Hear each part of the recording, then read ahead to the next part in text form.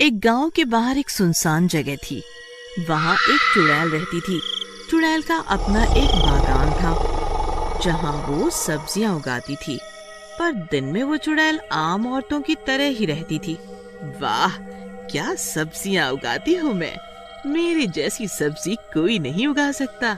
अब ये पूरा गांव मेरे हक में होगा। फिर वो चुड़ैल आम औरत की तरह एक टोकरी में सब्जी भर के गांव में बेचने निकल पड़ती है। अरे ओ सब्जी वाली, जरा सब्जी तो देती जाओ। इतनी नखरे में कहाँ जा रही है बिना सब्जी दिए? बस आपके पास ही आ रही थी।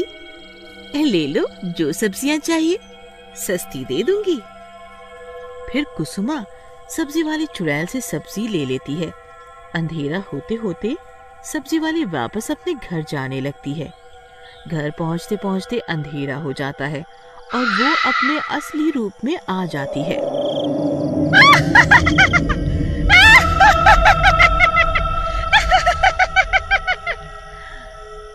आखिर मैंने सब्जियां बेच ही दी।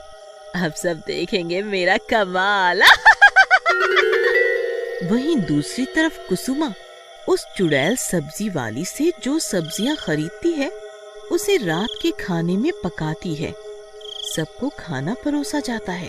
अरे वाह, आज सब्जी का तो स्वाद ही अलग है। आज तो लग रहा है मैं खाने के साथ साथ अपनी उंगलियां भी ना खा जाऊं। ये सारी बातें चुड़ैल उनके घर के बाहर खिड़की से देख रही होती है। वो डरावनी आवाजें निकालना शुरू कर देती है। खाओ खाओ, मजे से खाओ, तभी तो आएगा मजा।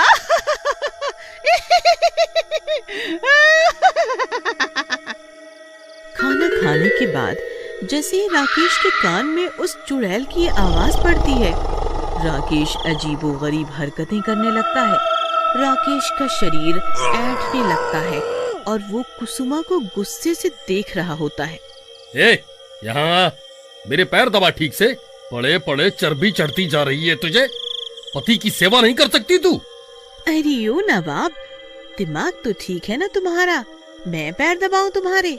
ज़बान चलाएगी ज्यादा?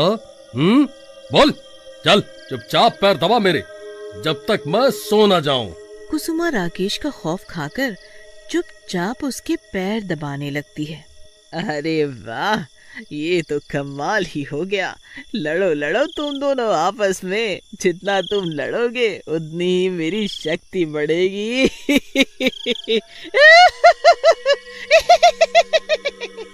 फिर चुड़ैल उड़ती हुई वापस अपने घर चली जाती है। फिर अगले दिन चुड़ैल वापस सब्जी वाली के रूप में गांव में सब्जी बेचने आती है। आज तो और भी ज्यादा सब्जियां बेच के जाऊंगी। जल्द ही ये गांव पूरा का पूरा मेरा होगा। सब्जी ले लो, सब्जी, ताजी ताजी सब्जी ले लो, सस्ती सब्जी ले लो। अरे ओ सब्जी वाली, जरा दिखा तो क्या क्या सब्जी लाई है। अरे बहन जी, बहुत सस्ती और ताजी सब्जी है। एक बारी खा के तो देखो, याद करोगी मुझे। फिर रमा उससे सब्जियां ले लेती है। इसी तरह और भी घर की औरतें उस चुड़ैल सब्जी वाली से सब्जियां ले लेती हैं। रात होने पर चुड़ैल रमा की छत के ऊपर से उनके घर में देखती है और डरावना माहौल बनाने लगती है। अजी, आज का खाना मैंने आपकी पसंद से बनाया है, जरा खा के तो बताइए कैसा लग रहा है। अरे भाग्यवान, तुमने बनाया है तो अच्छा ही होगा, इसमें कोई शक नहीं है। पर खाना खाते ही जैसे वो भी चुड़ैल की आवाज सुनता है, उसके हाव भाव बदल जाते हैं, उसकी आंखें लाल हो जाती हैं और वो रमा को पीटने लगता है। अजी, आप ये क्या कर रहे हो? मैंने क्या किया है? छोड़ो मुझे। अजी छोड़ो ना, छोड़ो मुझे। बहुत समझदार समझती है खुद को, मुझे पागल समझती है। कितना मजा आ रहा है। अब तो ये सब रोज होगा, वो भी हर घर में। अगले दिन, अरे रमा बहन, तुम्हारे ऊपर ये निशान कैसे हैं? चोट लगी है? अब क्या बताऊं बहन, मेरी तो किस्मत ही फूट गई। पता नहीं मेरे पति को अचानक क्या हो गया, मेरे साथ मारपीट करने लगे हैं। अरे बहन, मोहन भैया तो कितने गऊ आदमी है, वो कैसे?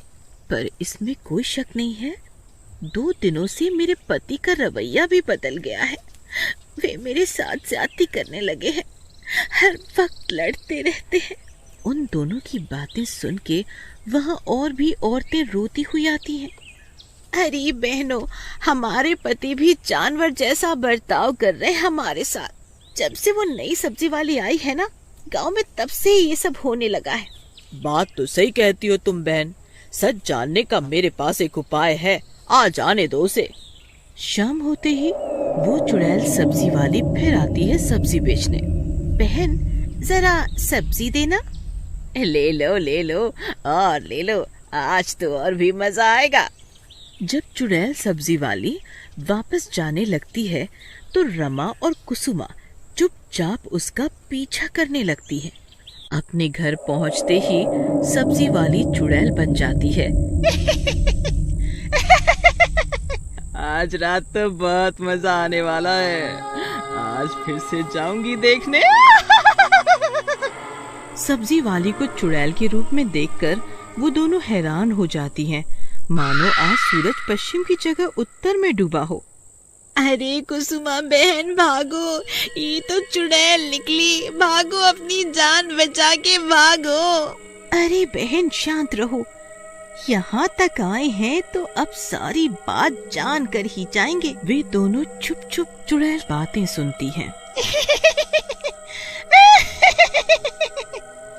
ये मेरी सब्जियां ही मेरी शक्ति है, इन सब्जियों को मैं बुरी शक्ति से उगाती हूँ, जो पेट में जाते ही उन लोगों को मेरे बस में कर देती है।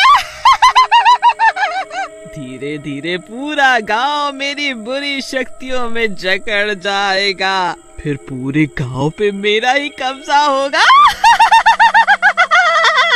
चुड़ैल के शैतानी इरादे सुन के दोनों हक्का बक्का रह जाती है। नहीं कुसुमा बहन, हम अपने पतियों को इन चुड़ैल के बस में नहीं जाने देंगे।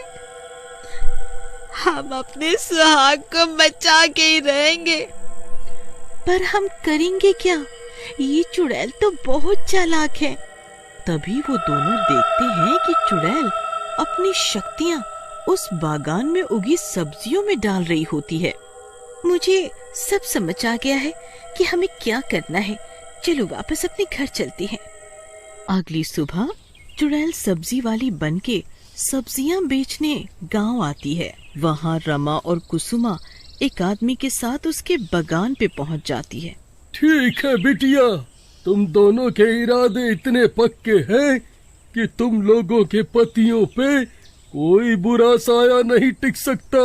फिर हरिया काका एक ट्रैक्टर में बैठते हैं और ट्रैक्टर से उस बागान की सारी सब्जियां उखाड़ देते हैं। जैसी जैसी सब्जियां जड़ से उखड़ना शुरू होती हैं, यहाँ सब्जी वाली चुड़ैल अपने असली रूप में आ जाती है। अरे भागो, ये तो चुड़ैल है, अपनी अपनी जान बचा के भागो सब गांव वालों में अफरा तफरी मच जाती है। सब सब्जियां यहाँ वहाँ फेंक फेंक के भागने लगते हैं। पर ये क्या, चुड़ैल तो खुद ही बेचैन होने लगती है। अरे नहीं, ये नहीं हो सकता, मैं कमजोर नहीं पड़ सकती, नहीं। चुड़ैल भागते भागते अपने सब्जियों के बागान की तरफ आती है। भाग जाओ यहाँ से, कहती हूँ भाग जाओ मेरे बागान से, मेरी सब्जियां ही मेरी ताकत है, हटो वहाँ से, हटो, वरना मैं एक एक को खा जाऊंगी। अब तू हमारा कुछ नहीं बिगाड़ सकती। तुझे क्या पता एक पत्नी की ताकत क्या होती है। एक पत्नी अपने पति को यमराज से भी वापस ला सकती है। और देखते ही देखते पूरा बागान तहस नहस हो जाता है और सब्जियों के साथ साथ चुड़ैल भी नष्ट हो जाती है।